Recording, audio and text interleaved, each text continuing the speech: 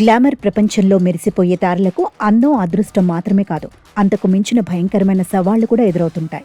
అతిలోక సుందరి శ్రీదేవి తనయగా బాలీవుడ్ బ్యూటీగా మనకందరికీ తెలిసిన జాన్వీ కపూర్ తాజాగా ఒక షాకింగ్ విషయాన్ని బయటపెట్టారు. ప్రస్తుతం రామ్ చరణ్ పెద్ది సినిమాలో అచ్చయ్యమ్మగా నటిస్తున్న ఈమె తన టీనేజ్లో జరిగిన ఒక అత్యంత బాధాకరమైన సంఘటనను గుర్తు చేసుకున్నారు. డీప్ ఫేక్ టెక్నాలజీ అమ్మడి జీవితాన్ని ఎలా ప్రభావితం చేసింది?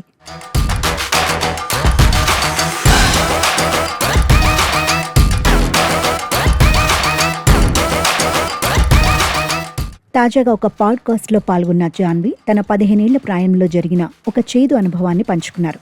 ఆ వయసులో తనకు డీప్ ఫేక్ అంటే ఏంటో కూడా సరిగ్గా తెలియదు. కానీ ఎవరో కావాలని తన ఫోటోలను మార్ఫింగ్ చేసి ఒక అశ్లీల సైట్లో అప్లోడ్ చేశారట. తన క్లాస్మేట్స్ ఆ ఫోటోలను చూశామని చెప్పడంతో జాన్వీ ఒక్కసారిగా షాక్కు గురయ్యారు. ఒక టీనేజ్ అమ్మాయిగా ఆ సమయంలో ఏం చేయాలో తెలియక ఎంతటి మానసిక ఒత్తిడికి లోనయ్యారో ఆమె మాటల్లోనే వివరించారు. ఆ క్షణం నా కాళ్ల కింద భూమి కదిలిపోయినట్లు అనిపించింది, ఎంతో కలత చెందాను అంటూ ఆమె ఆవేదన వ్యక్తం చేశారు. ఈ సంఘటనతో సోషల్ మీడియాలో కనీస నైతికత ఉండదని తనకు అప్పుడే అర్థమైందని జాన్వీ పేర్కొన్నారు. ఎవరో చేసిన తప్పుకో బాధితులుగా మనం మూల్యం చెల్లించుకోవాల్సి రావడం అత్యంత దారుణమైన విషయం.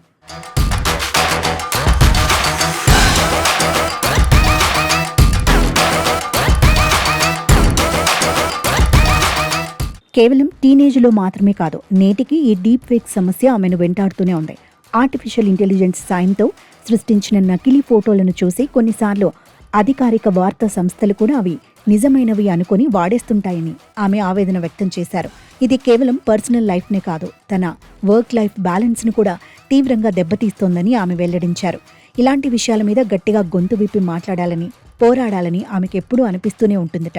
కానీ నాకంత వాయిస్ లేదు అనిపించి ఆగిపోతుంటాను అని ఆమె అనడం గమనార్హం.